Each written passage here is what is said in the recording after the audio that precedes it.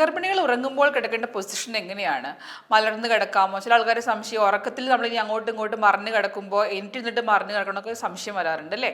അതിൻ്റെ മെയിൻ ആയിട്ടുള്ള റീസൺ എന്താണെന്ന് വെച്ചാൽ നമ്മൾ ഗർഭിണികളായിരിക്കുമ്പോൾ കുറച്ച് ഒരു 5 മാസം 6 മാസം ആകുമ്പോൾ നമ്മുടെ വയറിൻ്റെ വലിപ്പം കുറച്ച് കൂടി തുടങ്ങും. നാച്ചുറലി ബേബിയുടെ വെയിറ്റ് കൂടി തുടങ്ങും. അപ്പോഴാണ് ഈ യൂട്രസിൻ്റെ ഒരു കംപ്രഷനൊക്കെ നമ്മുടെ ബ്ലഡ് ഫ്ലോയിൽ വ്യത്യാസങ്ങൾ വരുത്തുന്നത്. നമുക്കറിയാം നമ്മുടെ മെയിൻ ആയിട്ടുള്ള മേജർ ആയിട്ടുള്ള ബ്ലഡ് വെസൽസ് ഒക്കെ നമ്മുടെ സെൻട്രൽ ആയിട്ടുള്ള പാർട്ടിലൂടെയാണ് പോയിക്കൊണ്ടിരിക്കുന്നത്. അപ്പോൾ ഈ അയോർട്ടയുടെ കംപ്രഷൻ, അതായത് യൂട്രസിൻ്റെ വലിപ്പം കൂടുമ്പോൾ കുറേ നേരം മലർന്ന് കിടന്നാൽ അങ്ങോട്ട് കംപ്രഷൻ വന്നു കഴിഞ്ഞാൽ കുട്ടിക്കുള്ള ബ്ലഡ് ഫ്ലോ കുറയുന്നൊരു ബുദ്ധിമുട്ടാണ് പറയുന്നത്. അധിക നേരം മലർന്ന് കിടക്കരുത്. അത് വെച്ച് കുറച്ച് നേരം കിടക്കുമ്പോഴേക്കും കുട്ടി കുഴപ്പമുണ്ടാവുന്നല്ല പറയുന്നത്. പക്ഷേ അധിക നേരം മലർന്ന് കിടക്കണമെങ്കിൽ ശ്രദ്ധിക്കണം.